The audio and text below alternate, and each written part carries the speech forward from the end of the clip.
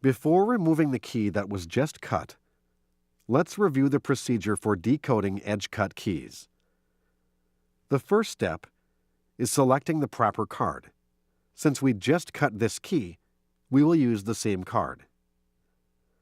Once the card is open, select Decoding. The screen will display the card and SN to decode the key, and also show the clamp, jaw position, and stop position. Once the key is loaded properly, select Start to begin the decoding process.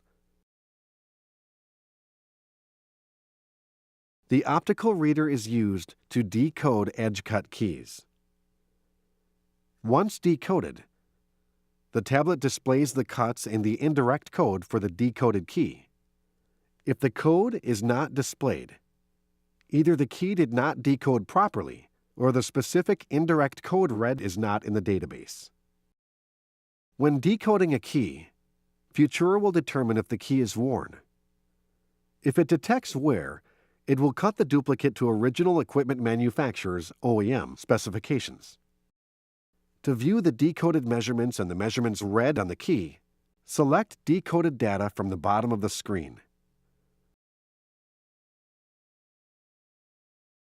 Then select Cut to cut the key using the values decoded.